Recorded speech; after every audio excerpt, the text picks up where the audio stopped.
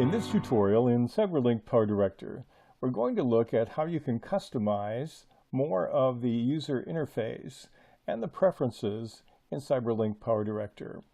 This is the last of 3 videos on this series, and we're going to get into the preferences by clicking on the gear, and then that will open up this window. We're going to deal actually with the last 7 options here. So we'll start with the file options. The 2 most important here for me are the top 2. When I import the folder, where do I want PowerDirector to look? And this is where I can set where I want it to start looking on my file system for files, whether it's audio, video, whatever.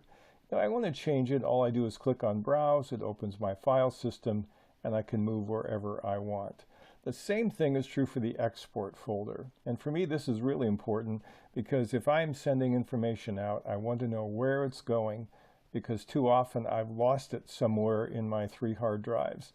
And it's nice to know exactly where that location is.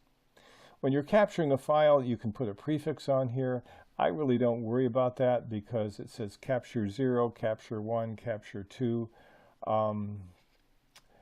You can do what you want with this. And same way with a production file, I usually overwrite the word produce with the name relating to something more substantial. And so I leave it as it is and just overwrite when I produce.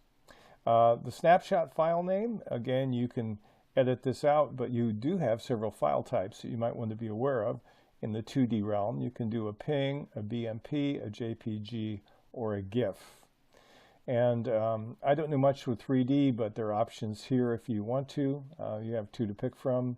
And you have a destination for snapshot files. You can save them as a file, or you can save them to your clipboard, or you can create wallpaper. And I really don't understand why the wallpaper is in here, but I think they belong in a file, so I leave it there. Just a couple issues in the next 6. They will go pretty quickly. Display, you can preview it in full high def.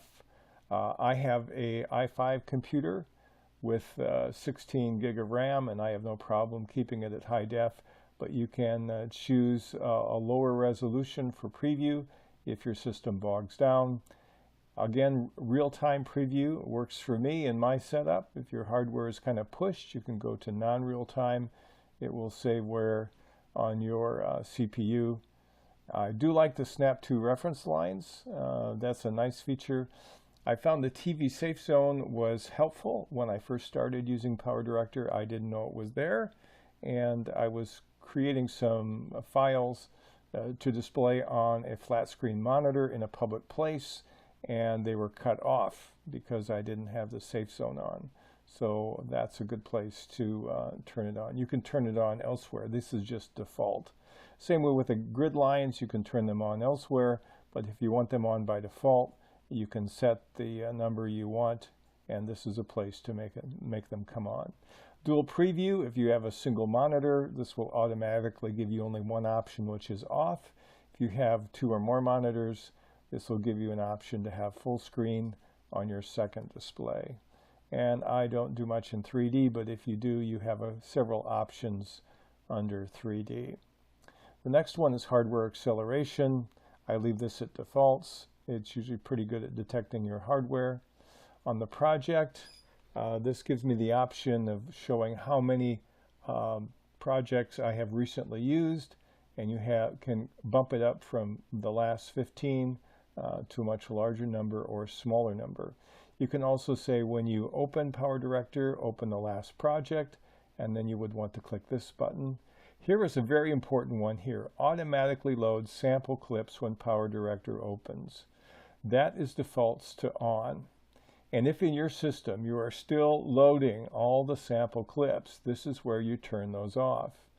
For example, when I clicked on this for, must have been the first 15-20 times I used the program, I got all those clips. Now they're nice to play with, but after a while you say, I don't need these, and this is where you turn that off.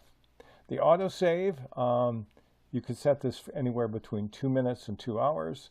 I recommend 5 minutes, 10 minutes, 15, something like that. And that's where you can automatically save them, and then you can click a location again over here. Under Produce, I like the default settings. I like to reduce the video noise. On H.264, you can turn this on or off. I'm not sure exactly what I gain either way. And if you're producing a WMV, you can speed it up with turning this block on. Improvement program, if you want to participate, it will collect information, and that's totally up to you. And CyberLink Cloud, they do have a cloud service, and you can back up to the cloud.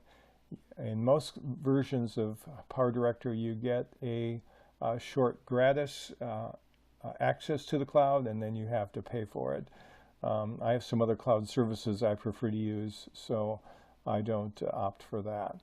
But those are some of the features that you can change as you modify the core settings in PowerDirector to make it work your way.